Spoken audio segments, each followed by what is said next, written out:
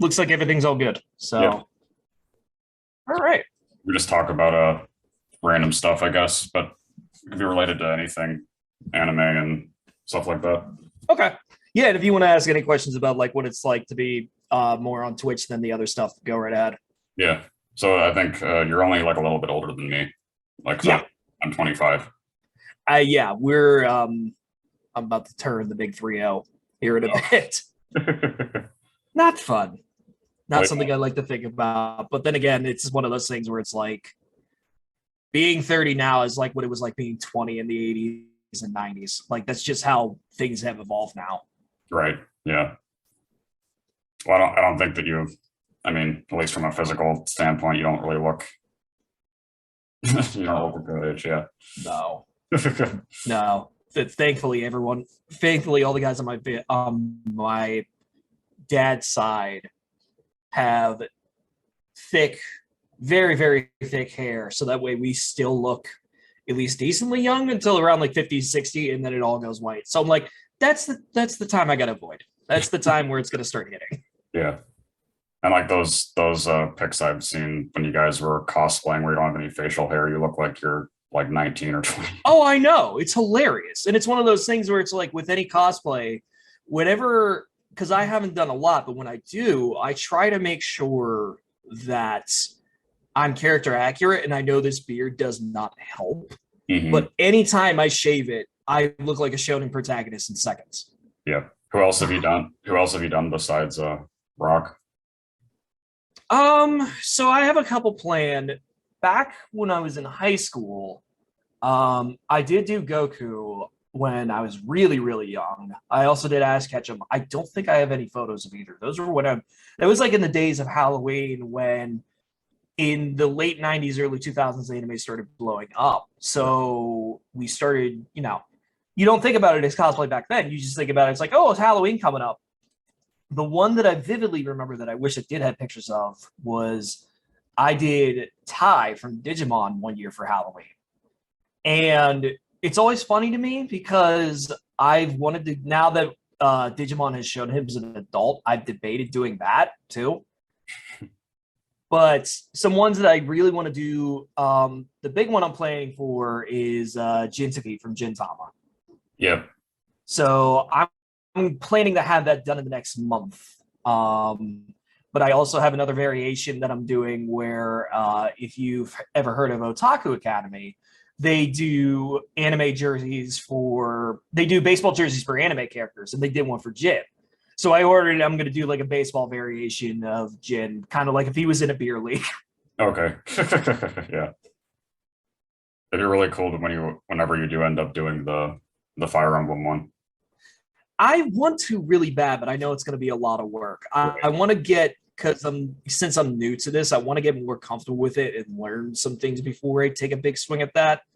So to me, like the stuff like I do now, like when I do rock, that was kind of like a good introductory cosplay because that's very easy.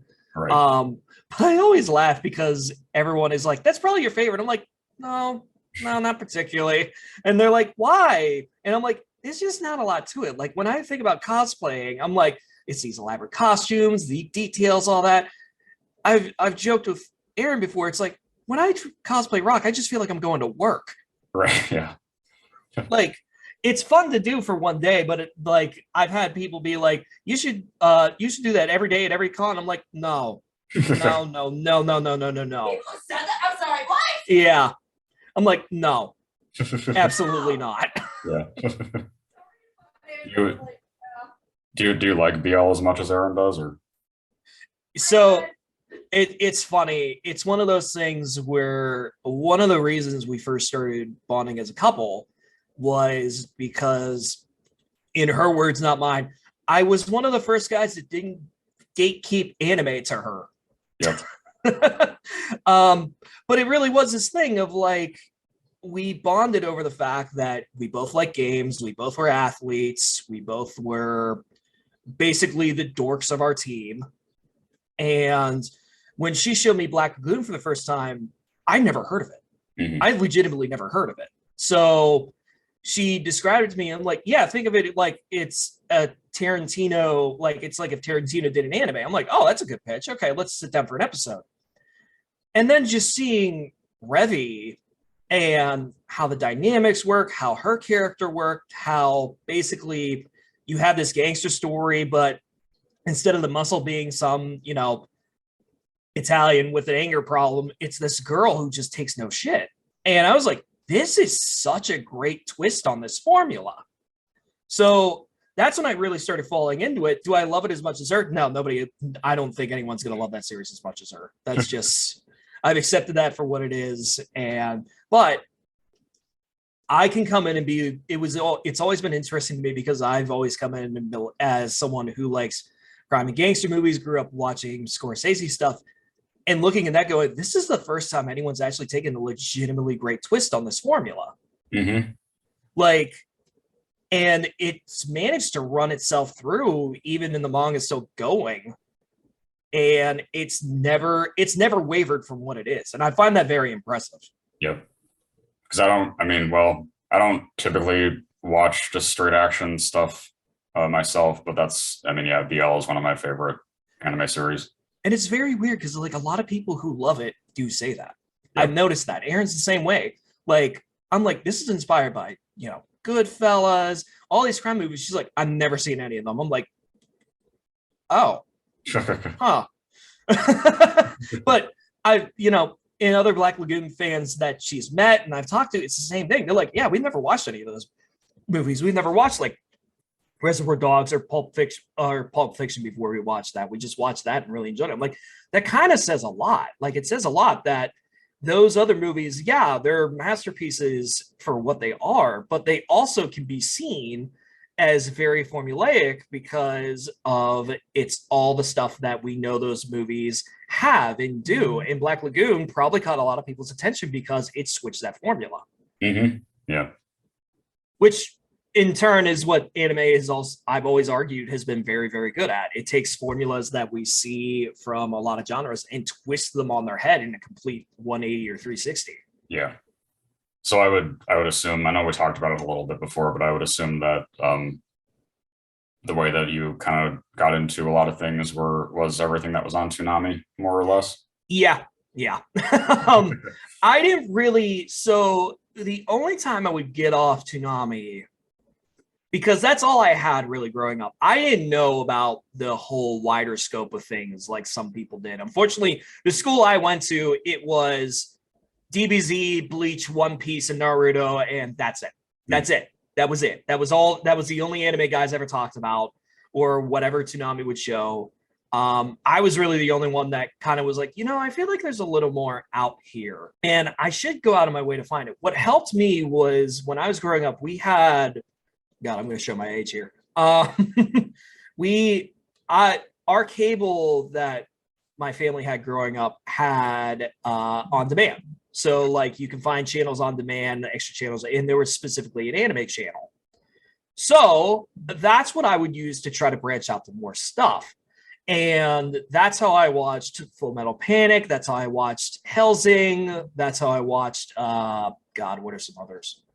Like a lot of the older shows that are more niche, that's kind of how I got into them. Weirdly, it was a funny thing. The one I was always told to watch was Evangelion, and I finally did it last year. But when this channel popped up, they only had the sub. And whenever I watch anime, and I'm sorry for sub watchers here, but I usually like to, I'm usually gaming or doing something else whenever I'm watching anime. So I tend to watch dubs. Mm-hmm. And I've been that way since I was like 11, 12 years old. So it's one of those things where part of me is kicking myself that I waited this long to watch Evangelion, because now after finally watching it, I'm like, God, like, good Lord, y'all were right. Right. Well, speaking of dubs too, I would say this even if I wasn't interviewing voice actors, but I think that dubs now they're more well acted than they ever have been. Oh, miles better. Because what you have now is you have a bunch of actors who grew up watching this stuff and learning what makes a good dub and a bad dub. Yeah, they're, we've seen a lot of the actors now have seen what bad dubs look like. We've lived through, as I call it, the 4 kids years. Yeah. Like, we lived through that. So we know what a bad dub is. I mean, hell, I got started on One Piece with the 4 Kids dub. I'm not proud of it, but that's how I got started on it because it was on Toonami. Yeah. So that's how I watched it. And it was one of those where even like, even when I stopped watching it on Toonami because I went off to college, I came back. I was like, wait, they're redubbing the whole thing now. Yeah. Do you think that you, I don't know if you follow it this much, but do you think you have a preference for dubs that are done in LA or Texas? I don't think it matters, Okay. quite frankly. I'm in the camp that it all depends on the crew behind it, and it all depends on the cast that they get. I think the being syncretic amongst the whole crew, and this is coming from me who went to film school. When everyone is on the same wavelength on a project, whether that's in studio, remote, whatever, that's when projects go very well. That's when the creative process goes well. And you can tell watching a show that everyone's on the same page. It's when you don't get on the same page that things go bad. Yes. So to me, I don't think it matters where it's recorded. I think the more important element is that whoever is directing that dub makes sure that everyone is comfortable with the direction they're going to take with it. Right. Well, I was mainly just asking if there are certain voice actors that you like the most that are just based in certain regions. Oh, no, not particularly. Okay. And speaking of your own career that you do, was there ever, and like what you studied, was there ever any aspiration for you to try to do acting yourself? Or It's funny. When I was in high school, yes. And part of me is kicking myself because I never had the body confidence to go for acting fully. What I should have honestly done is voice acting, because a lot of my training and a lot of my career, as I would see go down the road, would be more stuff that's inclined to podcasting and voice acting. I actually got my first radio job because of my voice being on our college radio, because I would do film reviews for our college radio. So my bosses heard those reviews and they were like, "You have a great voice for radio." And I was like, "Oh, cool. Am I going to do a podcast like sports radio?" I'm like, "Could I not?" And that's coming from somebody who loves sports, but y'all take this way too seriously and I'm not going to fit in here. And they're like, "What? You don't like sports?" I'm like, "No, I do, but I don't let it ruin my week if my team loses like the rest of you." Mm-hmm. How long were you professionally working in sports media stuff? 3 years. Okay. It was 3 years right out of college. I literally got hired a week after college. Wow. And it was a very big learning experience. It was a big it taught me a lot of do's and don'ts. It taught me that the sports industry honestly is very behind. if I could be blunt. But it's also evolving. It's evolving a lot. And that's one of the fascinating things about it, is that, like with a lot of media, it's evolving to be more open. It's evolving to allow newer voices to break in easier, which I think is for the better, because the one element that I really, really did not like about my old job was that it was very, I don't want to say gatekeepy is the right word, but basically it was very nepotistic. And I think that hurt the product a lot. And I argued that a lot, and it made it where the higher ups didn't like me very much. But I do think in any industry, whether it's sports, anime, voice acting, stuff like that, the more diversity you have, the better the product is overall. Because you get in new perspectives, you get in new elements, you bring in fresh ideas, really, that will make the whole overall thing a lot better. And I've worked on tons of projects where there's no diversity, and you can just tell it's the most milquetoast, by the numbers, generic stuff you could imagine. And as someone who's worked on tons of projects like that, it is so boring. Yeah. It is so boring to work on that stuff. And as a creative, it's soul sucking. Yeah. So I think the thing that I always tell people who want to break into this industry or any creative industry really is promote diversity, truly promote diversity. And because it will work a lot better for projects and it will make projects a lot more fun if you do. Mm-hmm. Well, and one thing that I always tell people who, want to do this, like what I do specifically, is just that I guess it's the case with almost anything creative, but you just have to try and do what nobody else is doing.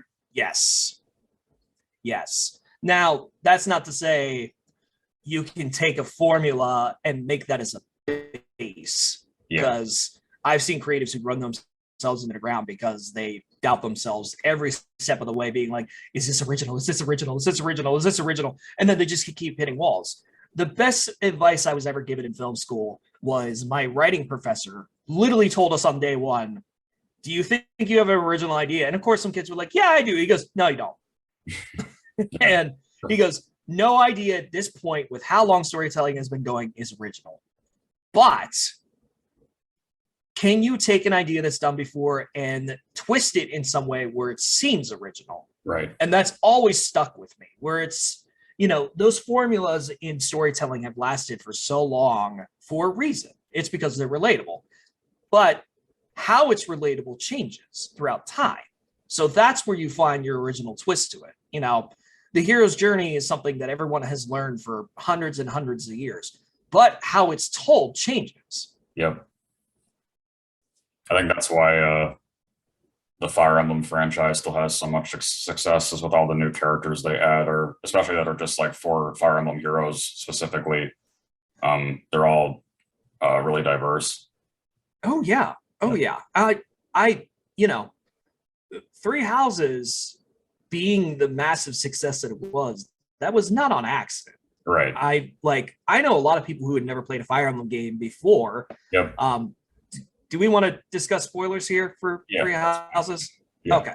So, the LGBT community latched onto that game because they're like, wait, we have a villain that's LGBT? And you could ally with her? Like, I know that probably sold copies on that element alone. But that also was a thing, as someone who's played the series for a long time. When the twist with Edelgard was revealed, I was like, whoa, this is something I never expected this series to do. Yeah. But that's what makes it so compelling, is that, the game can present her and pass as a villain, but you also go, she's also kind of right. Yep. Do you have a strong opinion on Three Hopes? I'm not started yet. I'm not gonna lie. So I've been so busy with reviews, because I do game reviews independently for a site called Megavisions. I've been so busy with those, I've had no time to touch it. And it's also the thing of, I know myself with Muso games. There's a part of me that's terrified to touch it. Because I know what's going to happen the minute I do. You've never liked the Samurai Dynasty Warrior stuff? Oh, no. The problem is I love them too much. And I know the minute I touch it, 300 hours are going into it. Okay. So, that's what it more boils down to. It's looking at that going, I got too much going on to touch you right now. I have 3 game reviews literally in the next 2 weeks. I need to wait with you. Oh, thank God. I thought you were talking about something else. I was like, wait, what do you mean you're too busy to touch something? No. Like, I just heard that out of context. Yeah. I'm like, what? Actually, the fun of living in a one-person apartment is anytime someone tries to do something creative, the other is going to hear it. Yeah. Erin has become a character on my Twitch streams just for the fact alone of she'll hear something from the stream and go, wait, what? Yeah. Well, I was about to say that that's so nice to hear about the Muso games, because especially nowadays, I don't really hear very many other people who are fans of it. Most people I talk to don't like it.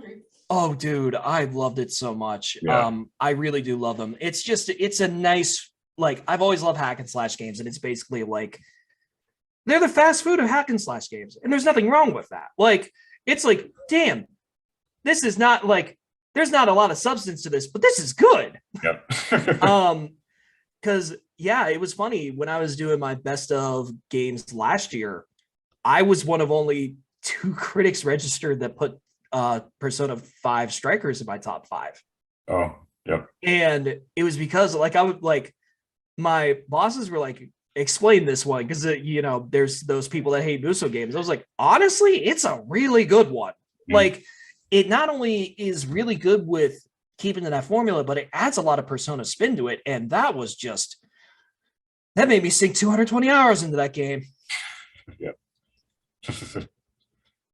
So I was going to go back to what kind of outlet do you work in now? Is it similar? So yeah, a lot of my stuff is freelance.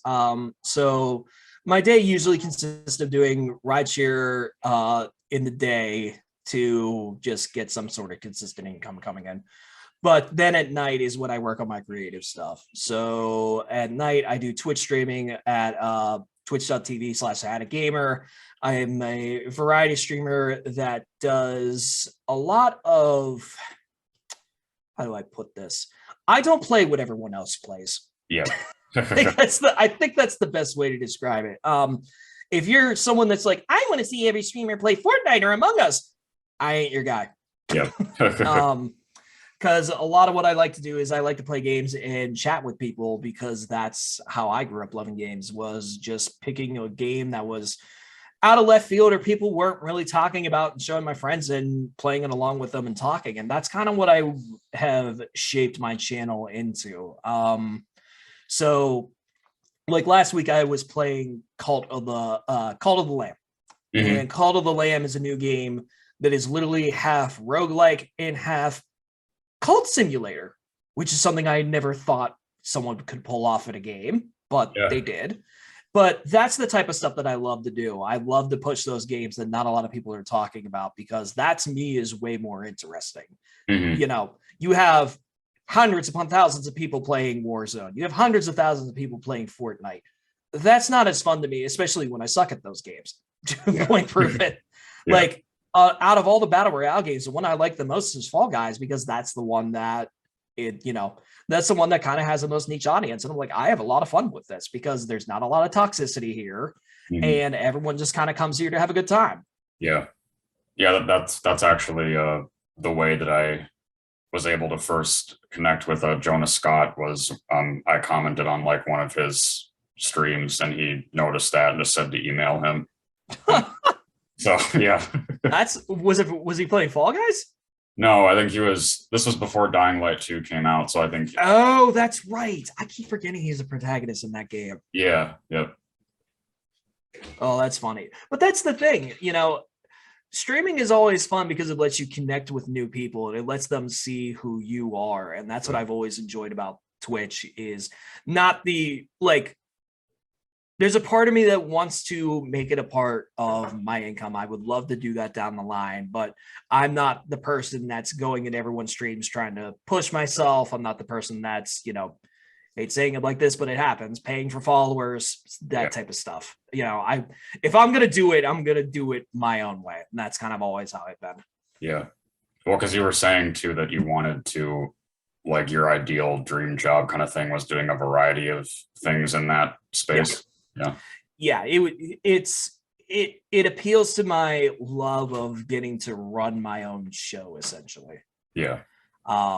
Which is something I've kind of realized, and going back to the sports, radio job, that was something I realized I really liked doing, was being able to run a show the way that I wanted, that was welcoming to everyone and not really didn't feel like it had walls up to the audience. That's something I've always really hated about sports content, is that a lot of sports content is catered to people who watch the sports every week, but I don't think that's fair to people who want to learn. Yeah. Because I've gotten so many people who started watching sports because they see my social media, they see me tweeting about everything, not just one specific team. And they're like, we never saw anyone have fun with it like you did. All we see are the people who take it way too seriously. Mm-hmm. Yep. And I'm like, yeah, because sports to me has always been really fun from a storytelling perspective, not from a pride perspective. Yeah, that is an interesting outlet, because I mean, myself, I don't follow anything, but and even certain like sports, even certain like sports anime and manga. Yeah. There's very few that I can like get into, but the ones that I do like, I like actively follow it. And Oh yeah. So the thing with me is honestly, I always the bridge that I found to get people who like anime to watch sports is I ask them one thing: have you watched Yuri on Ice? yeah. Because Yuri on Ice, that's me. I'm like, and there's the bridge. Because Yuri on Ice is a phenomenally well done sports story. Phenomenally well done. And it's so funny to me because I have friends who are huge into sports and they're like, why don't they make a sports anime? And then I tell them about Yuri on Ice. I'm like, why would you think that's good? I'm like, why would you not?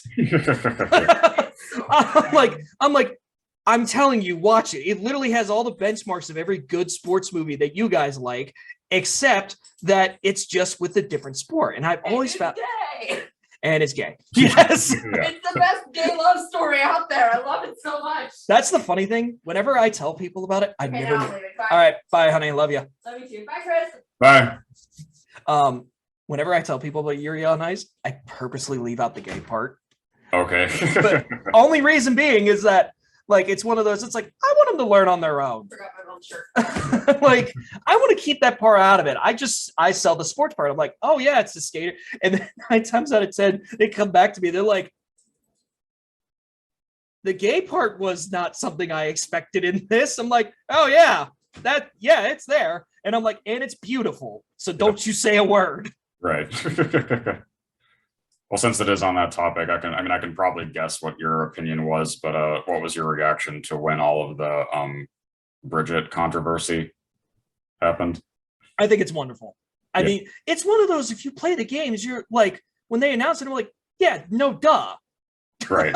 It's one of those, like, and I think that's kind of the fascinating thing about it is like, when people got mad about it, it's like, okay, so you're transphobic, because literally, if you're not, we all knew this. Yeah. Right. Because it's like, I think that was the funny thing about it to me is that I expected some blowback because of course there's transphobes. I'm not ignorant to that, but it's also one of those things where it's like the real fans are like, "Are you stupid? How did you not pick up on this?" Right. Like we all knew. Yeah. It's just good that they finally said it. Mm-hmm. And I was glad too that her voice actress Kelly, that people were, at least they weren't directing their attack on her. They were, focused on the casting, whoever did the casting. Yeah, that's not an actor's, Right. That's not on the actor. It's not their fault that they were cast when that's the responsibility of the director. Mm-hmm. Every actor, it's just like in any creative form. If you're an actor and you get offered a role, you're going to take it. You might not know till later, even where you're like, oh crap. Has there been any other, besides Yuri on Ice, is there any other like LGBT predominant series that you like a lot? It's one of those things where I haven't been told of a lot, I think is the thing. It's one of those, I'm perfectly open to watching them because to me, story takes precedent. If it's a good story, I don't care what the relationship is. If the story is there, then I'm going to root for it. Mm-hmm. So I know the big one. What was the one that came out last year with the gay relationship? I've heard good things about it, but I always forget the name. I think last year would have been Hitorajime My Hero. I think that. No, it's a slice of life anime. They literally just announced a second season for it, but it got a dub. I always forget the name of it though. It's not Given, is it? No, but I have heard Given's good. Yeah. Sasaki and Miyano. That's it. Yeah. That's it. Yeah. So like that one, it's one of those, I haven't watched that yet, but to see the success that it had, I'm like, hell yeah, let's go. Yeah. Yeah, I think it's because back then when yaoi series came out, people were still fans of it, but obviously it was more of like a underneath fan following. It wasn't wide. Yeah, that's been the weird thing with me being, I guess, one of the older weebs now, is to see how the fandom has shifted in a good way. And by that, I mean, you know, I tell a lot of people who find my Twitch stuff whenever we have our Monday streams is where I usually answer questions about anime. Mhm. And I tell them all the time, I'm like, I grew up in the age where it was shonen and nothing else. Everything else got gate kept. If you didn't like shonen, you were gate kept out of it. And it just led to a bunch of people being miserable fucking people. Yeah. Oh, my bad. You're fine. It just led to them being so miserable. And it made me not like anime for a long time because I'm like, I love this medium, but everyone that I find that likes it is just such a just such a miserable person. Yeah. And it hasn't really been until the last couple of years with, once again, more diversity coming into the genre and thus bringing in more diverse fans. And I'm like, oh my God, this is getting fun again. Yep. Yep. Because you're getting all these people who are, intelligent, well-minded, and can actually have a discussion about anything other than Dragon Ball or Naruto. Not to dump on those shows if anyone likes them, but Mhm. if you're around from 2006 to 2010, those are the only two shows talked about, and it made things miserable. Yeah. Because it was also the fact of like, I always felt bad about this. Like anytime you talk to Naruto fans, I really do say like, do you even like this show? I was always more of a Bleach person. Yeah, it was funny. Bleach was the one that a lot of my friends at the time didn't watch, but now since COVID, a lot of them went back and watched it, and they're like, "Oh my God, why didn't we watch this when we were younger?" I'm like, "I've told you all." Yeah. Did you have you read the last arc? No, Oh, you haven't? I'm keeping myself in the dark. Here's the Okay. thing. I think I watched half of it back when I was in middle and high school. I've Oh, technically never finished it. So, and I've been meaning to. It's one of those I've been meaning to. I just don't know what. I think Hulu has the streaming rights to it. So I should go back and finally do it. mhm. Were you? I know this is not shonen, but really big at the time. Were you into Oran Host Club? Oh boy. So the funny thing with me about Oron is I did not know about it until high school. And it wasn't until I started ironically meeting Aaron and then her showing me more girls that liked anime that I started learning about Oron. So I watched it. I was like, you know what, I want to connect with you all. I want to watch it. Sat down, did the thing back in the day of watching it on YouTube. Yep, same.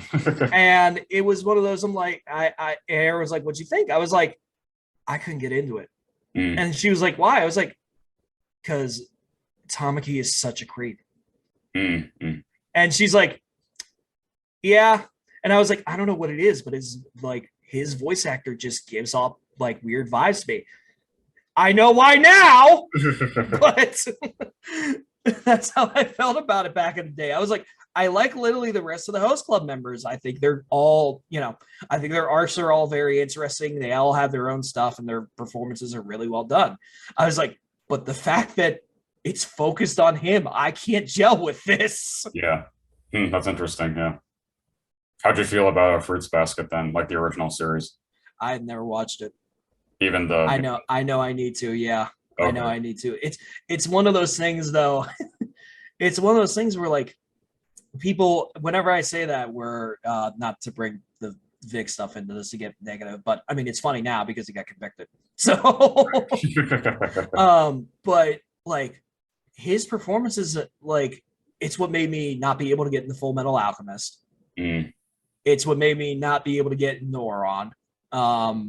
What's the other big one? Tsubasa, Is that Vampire's Kiss? no. Vampire Knight, you mean? Yeah, I'm sorry. Yeah.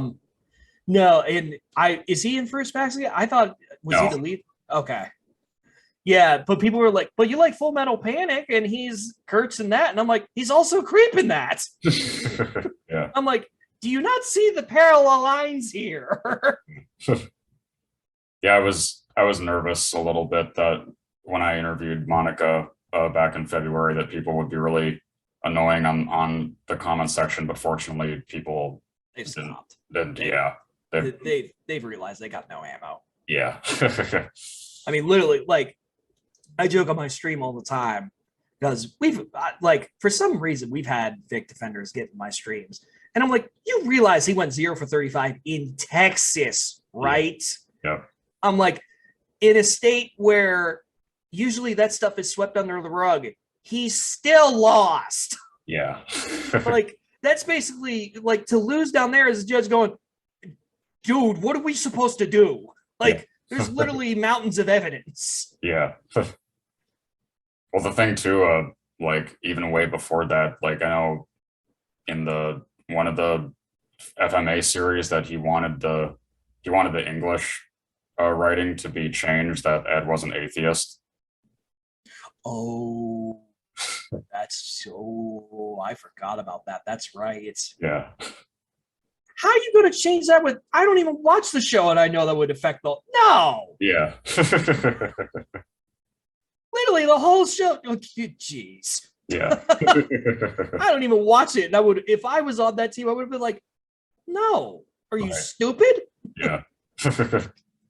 Do you get this is probably obvious, but do you get like starstruck meeting people? Or You know, it's funny, working in the sports radio kind of deluded me to that. Because it was one of those, I had to work with stars all the time when I was in that industry. So you kind of have to have this thing in your head of like, you have to remember they're people too. Yeah. You have to remember at the end of the day, you know, they go home to a home just like you. They have their own stuff to deal with just like you. And I think that's why I don't really anymore, which I'm glad that the sports show really helped me with that. Because the amount of Pittsburgh sports people I had to work with weekly, just like, it just diluted me to it. Yeah. So are you like that with actors too?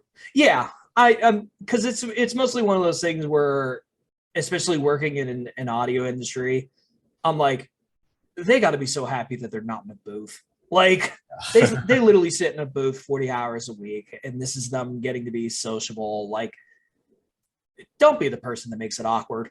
Yeah. Yeah. Because we met when Techo happened, which is Pittsburgh's anime convention. We met Cassandra Lee Morris, who voices Morgana, and we met her because Aaron follows her on TikTok. I mean, sorry, she follows Aaron on TikTok. Oh, that's cool. So Aaron wanted to go thank her for that, and she did. And it was one of those where, you know, they didn't talk about anime at all. They just talked about Pittsburgh. And that's the thing. I think it's one of those things where when you start talking to people like that, like, yeah, you can get starstruck. I get it. But you start talking to them, you realize they're normal people too. Yep. Right.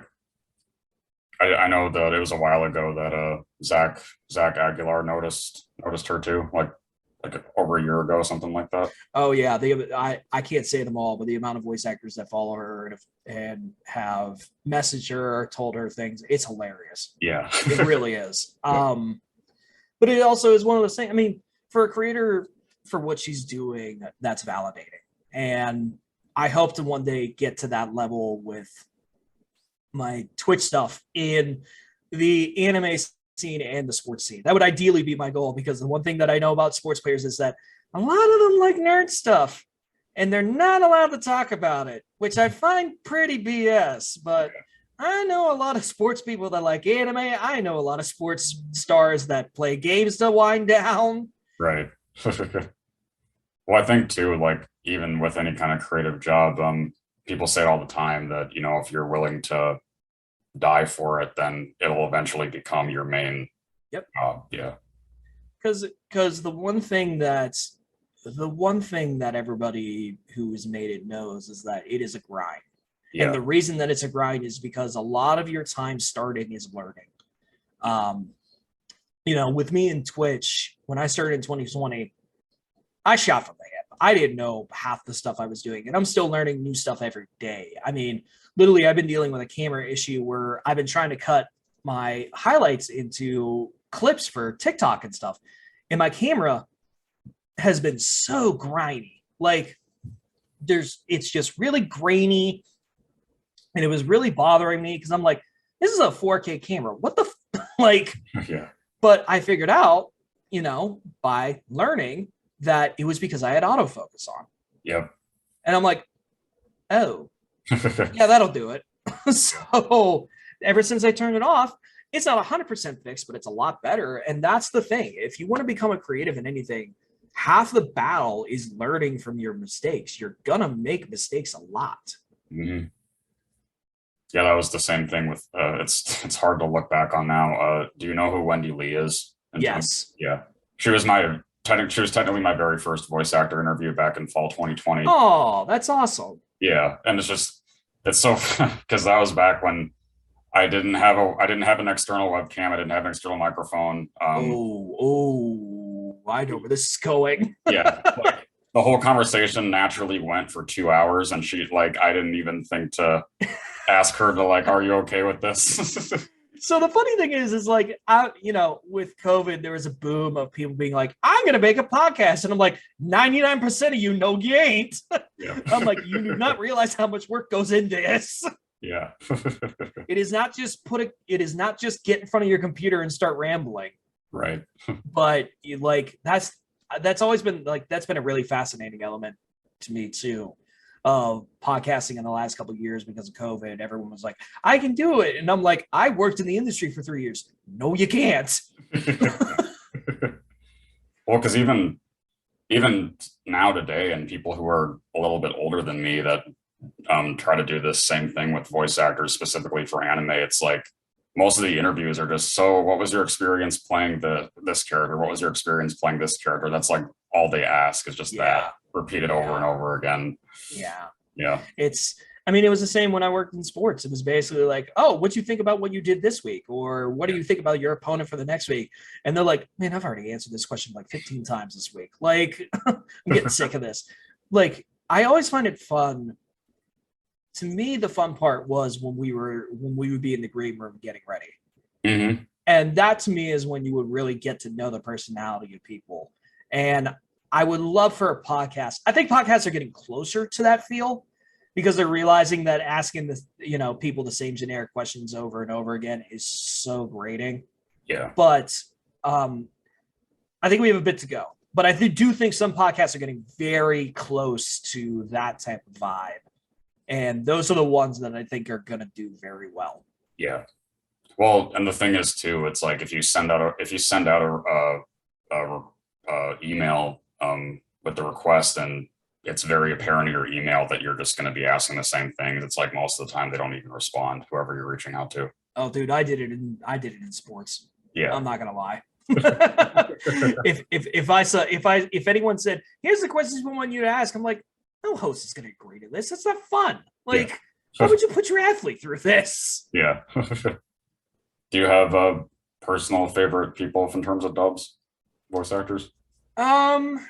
I always find that question very hard to answer because it's always changing. I mean, there's so much fresh new talent coming through nowadays that it's hard to really nail down, a favorite voice actor or actress. I have some that I really, really like. I always like when I see,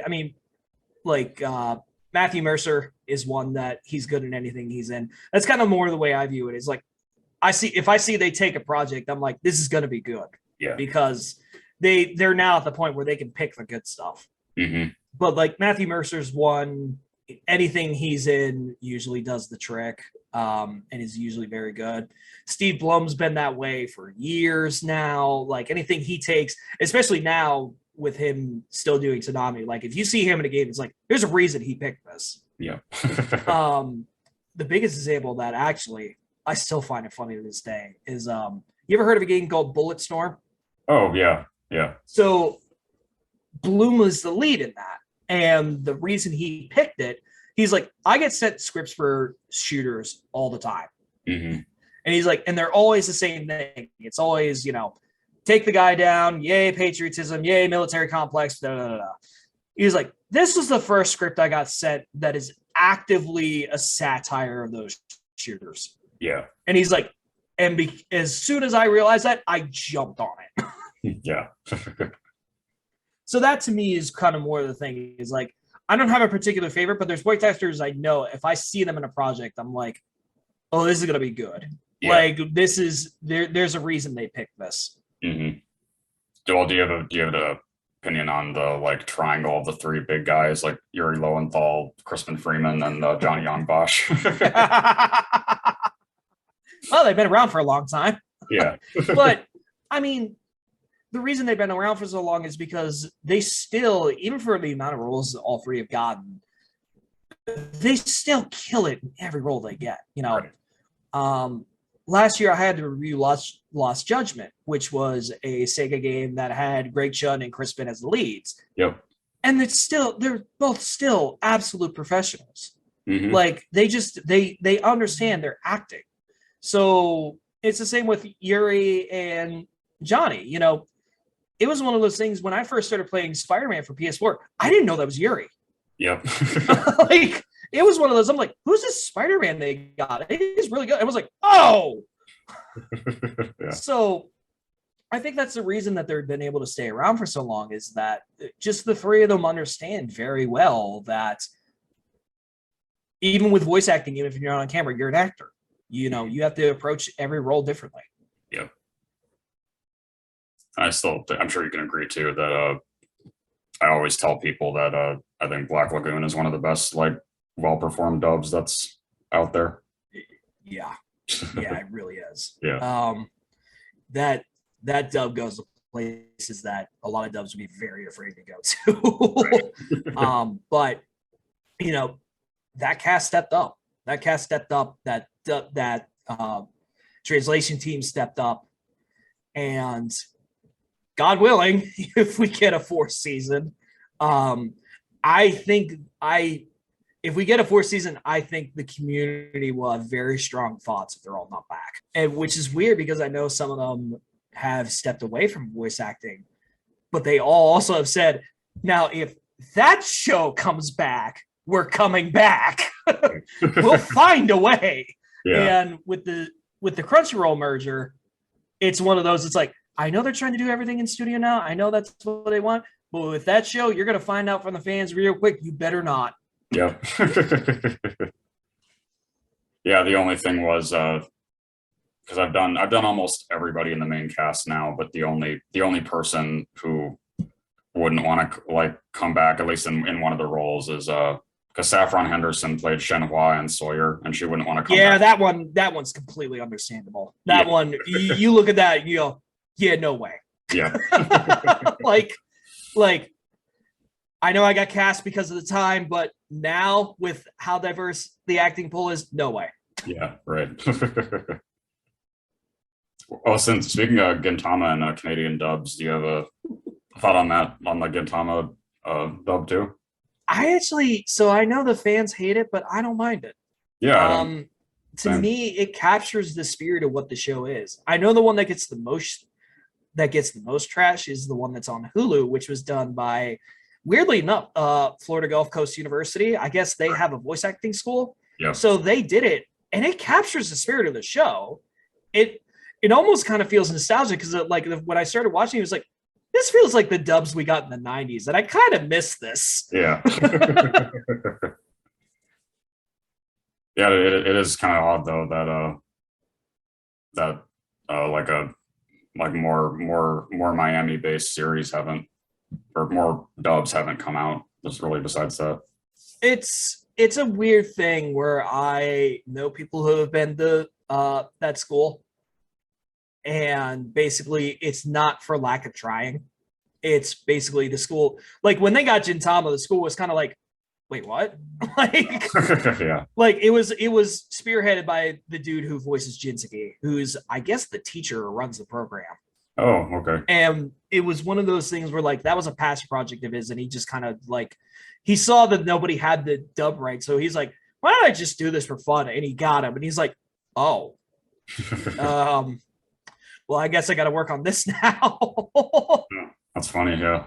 Yeah. So, but they only got the first season, which kind of sucked. I know I've heard that they would have loved to have done the whole thing, but it's also the Canadian team's the same way, where they're like, we wish we could have done the whole thing, and I'm like, it actually is really weird that no one has gotten those dub rights fully. Yeah, it's really strange. Are you a big fan of the JJK dub? Jujutsu Kaisen, yeah.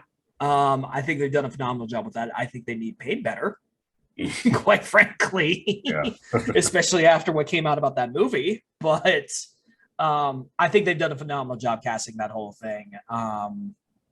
And I know season 2 is going to let them all act their asses off. I won't say how, but I know. Yeah. And I think we're getting that. I think they said today we're getting that trailer in September. Yep. So that's gonna be a doozy. Mm-hmm. God, I feel so bad for Napa workers. Yeah, that and Chainsaw Man and other stuff. I know One Punch Man gets announced the other day, and of course there's people like maybe Mappa's doing it. I'm like, I hope they don't. Yeah. I'm like, for the sake of the safety of their workers, I hope they don't. Yeah. I'm like, they got enough on their plate with Attack on Titan. You're right. Yeah. I know a lot of people are hoping that Chainsaw Man gets dubbed in with LA people, but I think with the Crunchyroll merger, it's going to be Texas potentially. But I don't know. That's actually a very good question. Yeah. Because we all know Crunchy's main first studio was in LA. Mm-hmm. So I guess it does kind of leave it up in the air which one's going to get it. But I mean, that's I can't imagine what that's got to be for the voice acting community right now, because it's an unprecedented situation where this series is already massive and the show hasn't even launched yet. Yeah. Like, that doesn't happen. Mm-hmm. So they, like, anyone going for those roles, they probably know it's like, we're going to be getting into some sticky like territory here. Yeah. Whoever they get from Makaba, though, I feel so bad. They're going to get barked at every convention they go to. Yeah. Do you know what Jigoku Raku is? No, that sounds familiar though. It's called Hell's Paradise in English. So funny enough, another TikTok creator who also runs a podcast, Wholesome Monk, he recommended that one to me, and he actually, for Christmas last year, he got me the first issue of that in Kaiju number 9. Okay, yeah. So I have them on my shelf. I haven't read them yet though.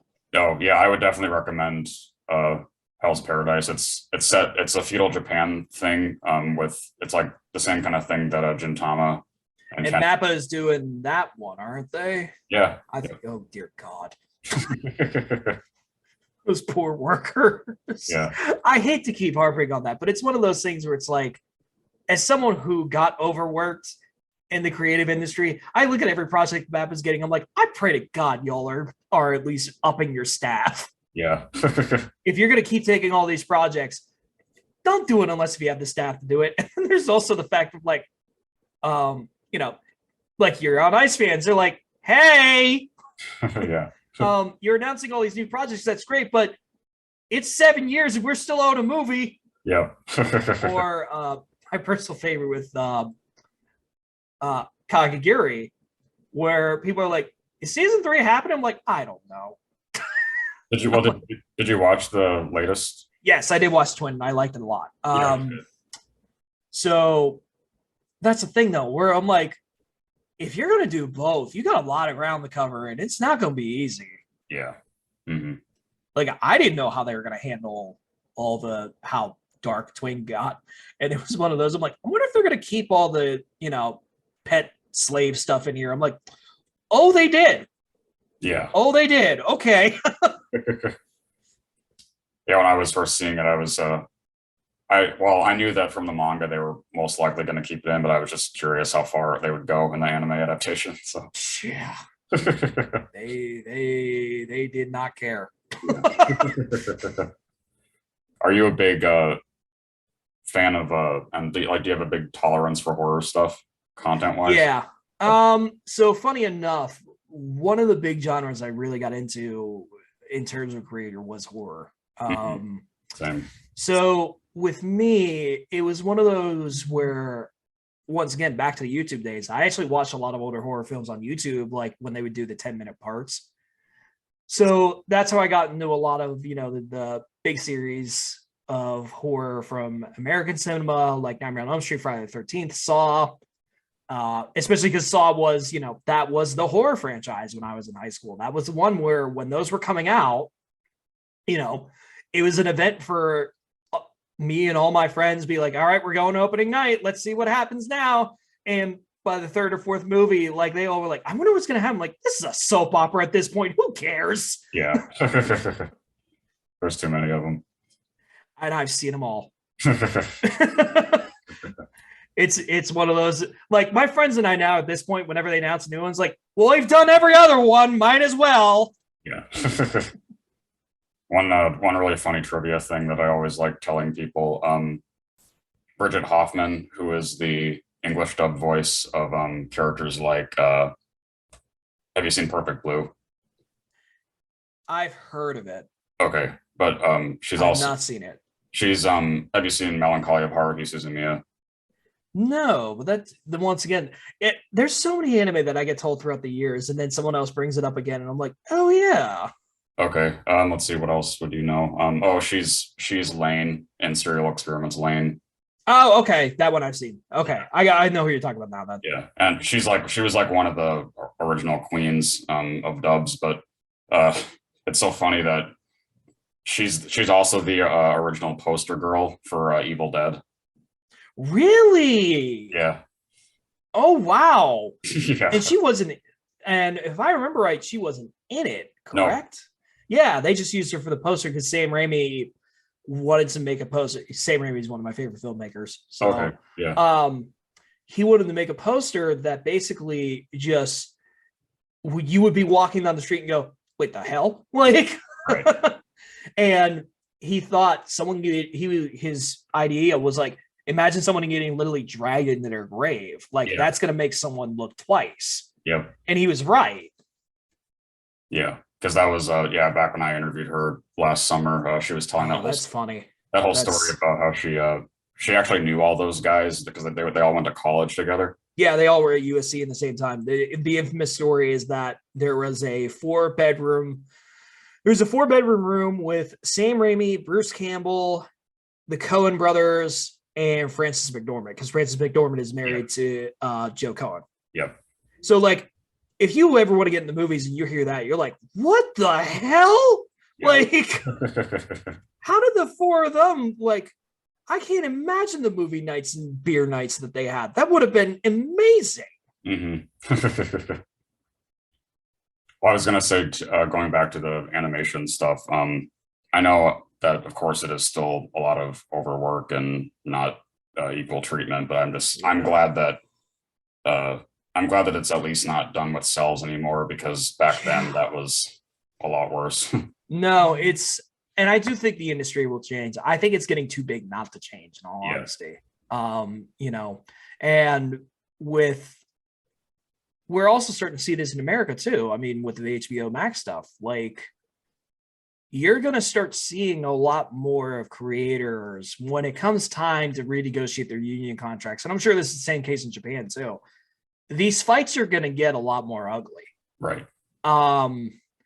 And what I always tell fans is that they're going to get ugly. You're probably going to lose your content for a little bit, but it's always for the better. And the point I always point to is in 2007 when the Writers Guild went on strike. Right. In Hollywood. And Hollywood thought, well, we can use, we don't need stinking writers. We can make our own movies. And every blockbuster that got written from that time bombed. Yep. So they were like, okay, I guess we do need them. And I forget what it was. Oh, Quantum of Solace, 007. Yep. That got written during the writer's strike. And there's an infamous story where Daniel Craig looked at the first draft and said, you are out of your minds if you think I'm shooting this. Like it was that bad. So that's what kind of that was kind of the thing that made the industry realize that like writers need protection, they need paid well. And we're going to see the same thing in animation with everything that HBO Max is doing with the Cartoon Network shows. You're going to see the same thing when their contract comes up. Yeah. Mm-hmm.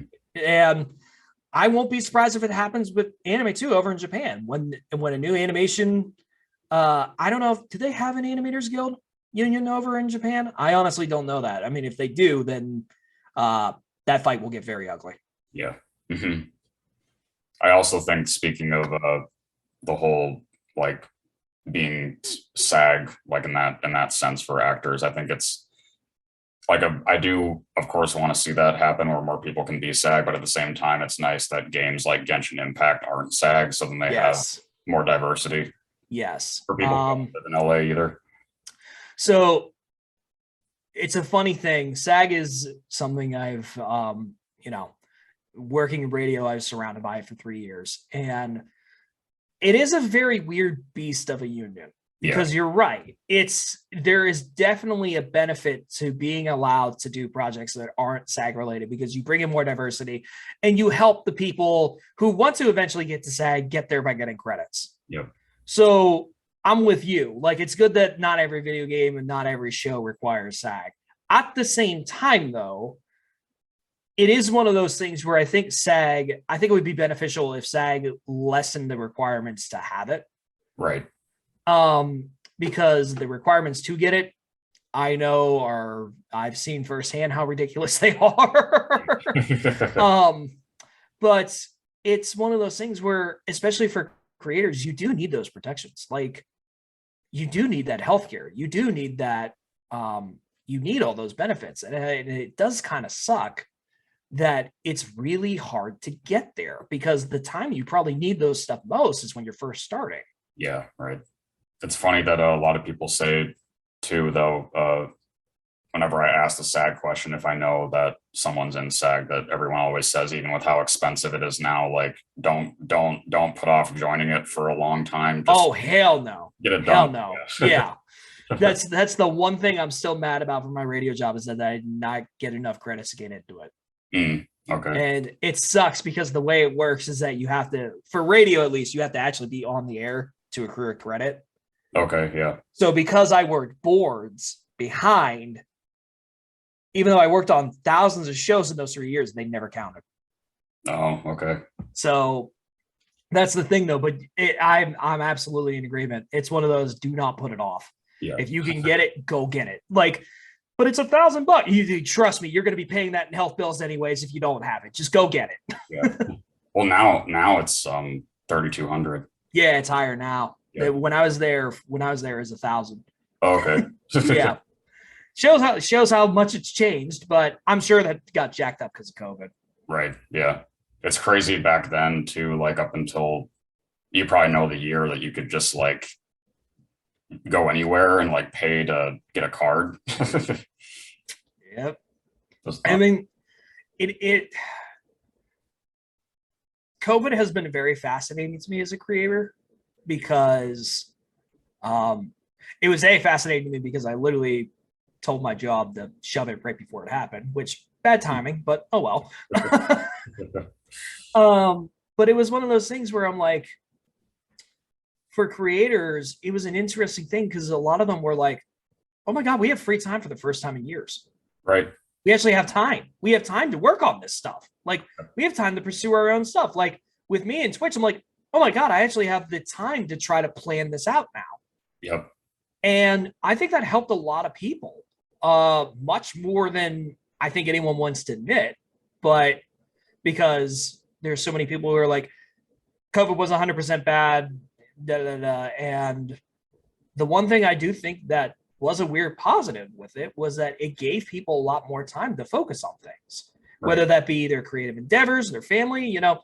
We're seeing it now where all these companies are like, why don't employees want to come back to the office? I'm like, oh, I don't know. Maybe because they realize wasting 2 hours in traffic just to go to a thing when they could be spending time with their families. I think they take the latter. Right.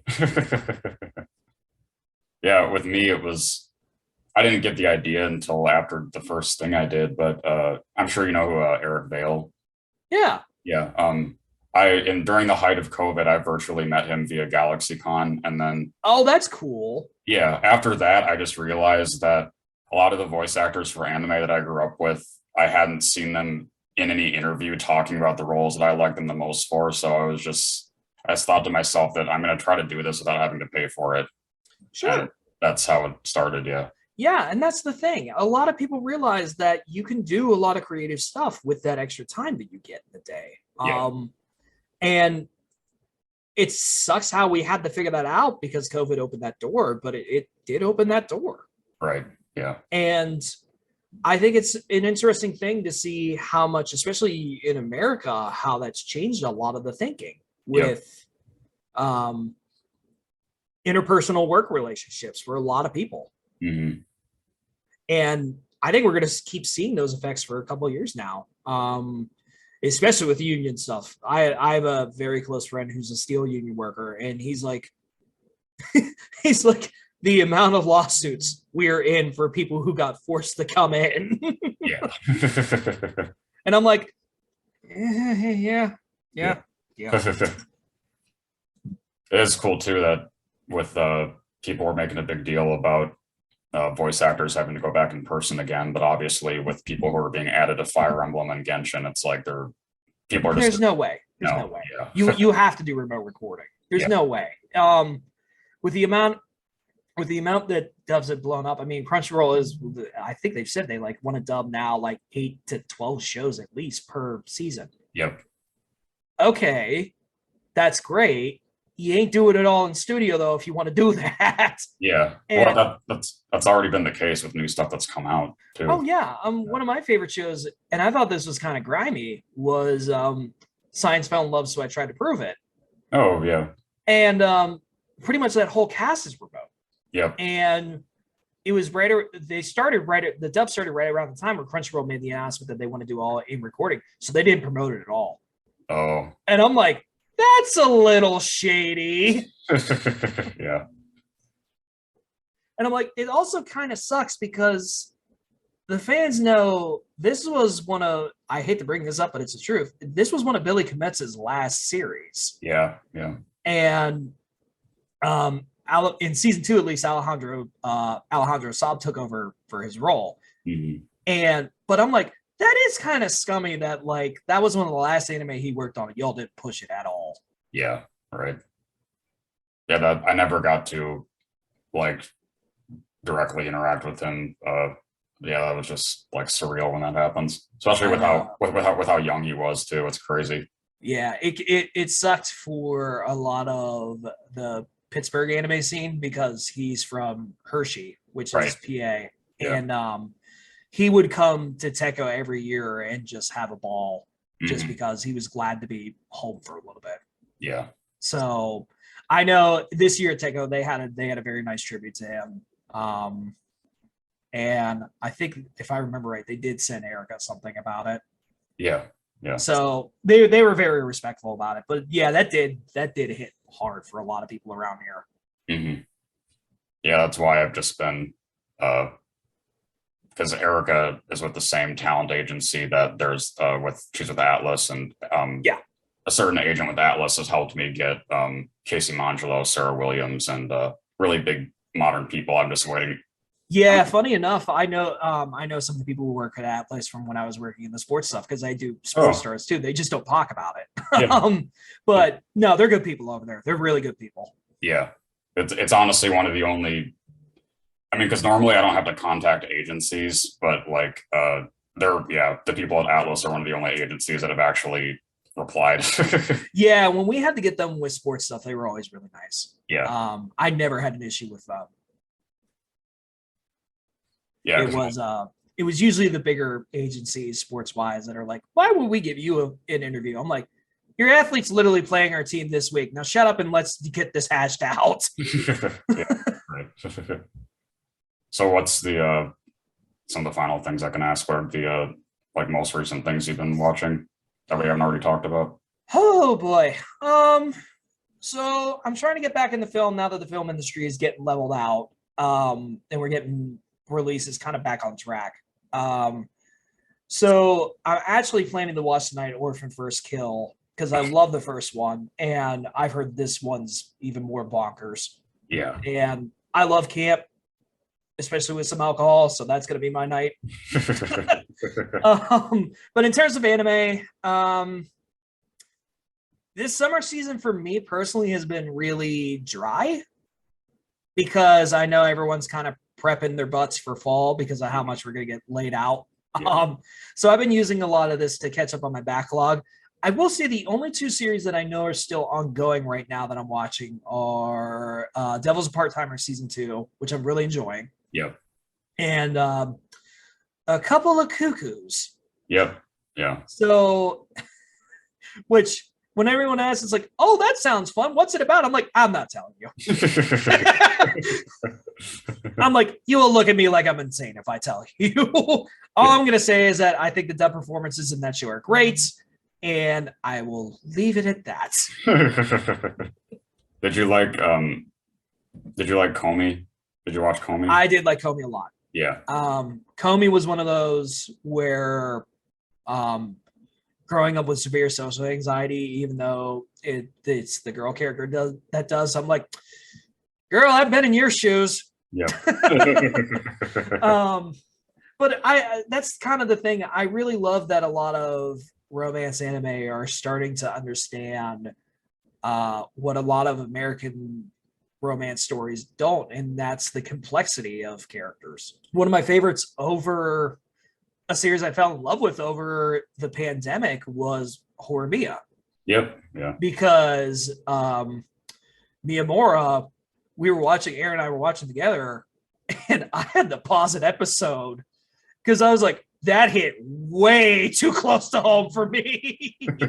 Yeah. But it was funny because we met at Teco Alejandro Saab. I told him, I was like, yeah, that whole monologue you did about like not knowing if you deserve to live and that'll be okay. I'm like, that hit hard. He's like, oh, dude, recording that sucks so much. He was like, that was literally me at like 15 or 16. And he's like, and doing that hurt. Yeah. And I was like, nope, same here. Yeah. But I think that's kind of the fun about it is that a lot of the romance animes now, and I'm sure shoujo fans would argue me to hell back, and I'd say, hey, go at it.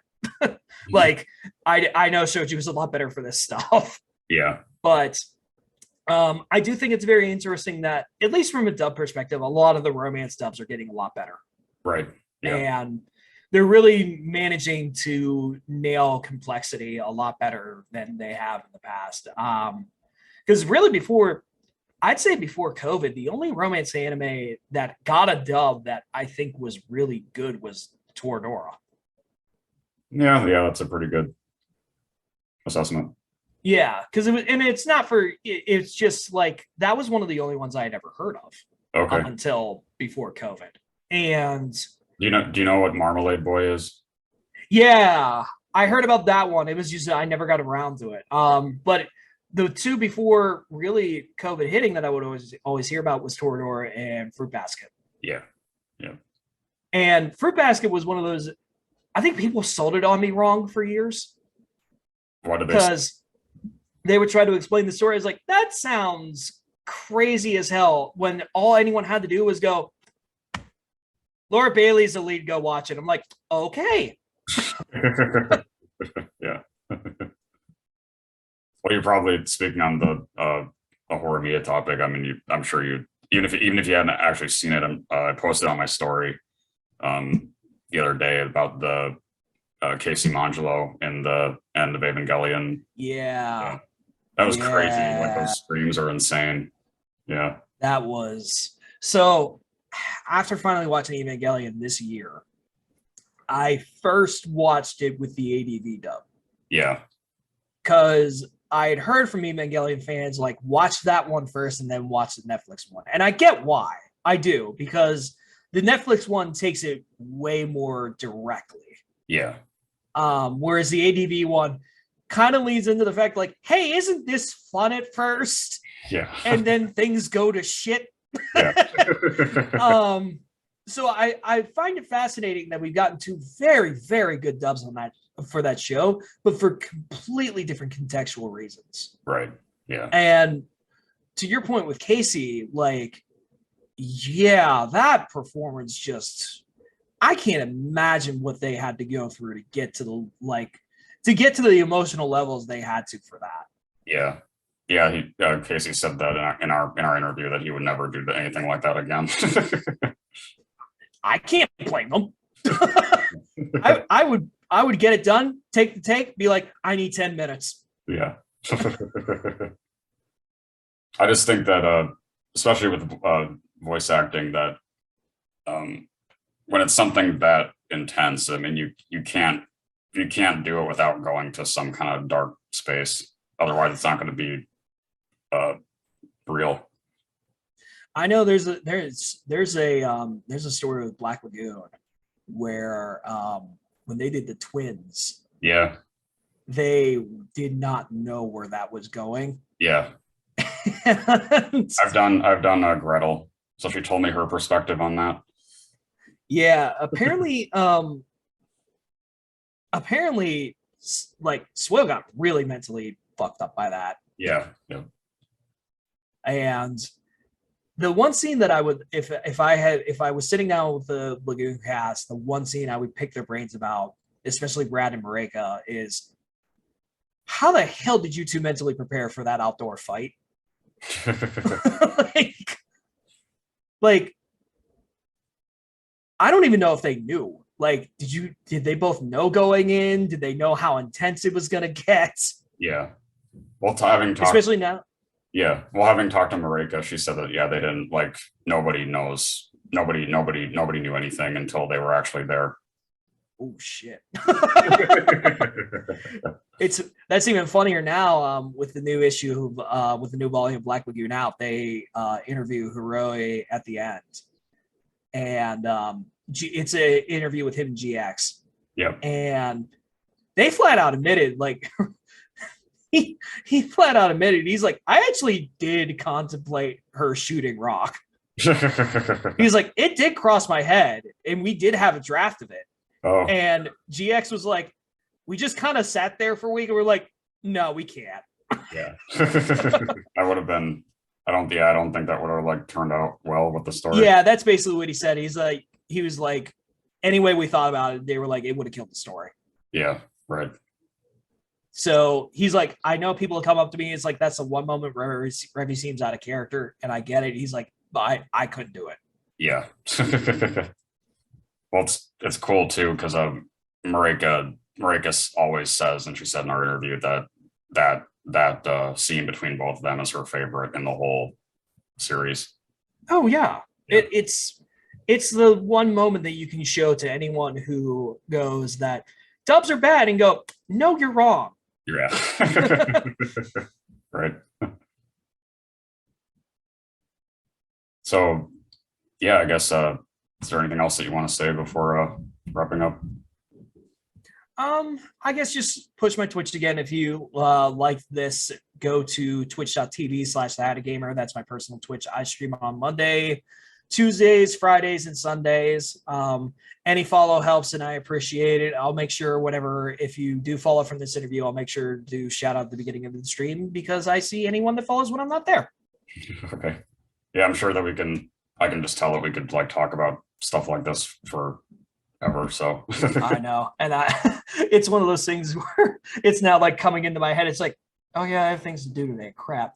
I gotta make a schedule. I gotta go grocery shopping, and it closes at 6. Oops. Yeah. Well, obviously I'll let you know when this is up to. So Okay, perfect. I appreciate that, man. I hope this gives you a lot for well, I hope this gets a lot of views for you, but it also, like you said, I hope it helps people see that like you're willing to interview smaller creators too and get their stories out there. I think that's always very good to do as a podcaster, because that was something when I was doing the sports stuff, that's what I would push all the time. I was like, let's get the people that let's get the athletes that aren't like big names, and let's like introduce them to the city. And they're like, why would we do that? I'm like, okay, you know what? I'm done. Like, yeah. I'm like, you'll see.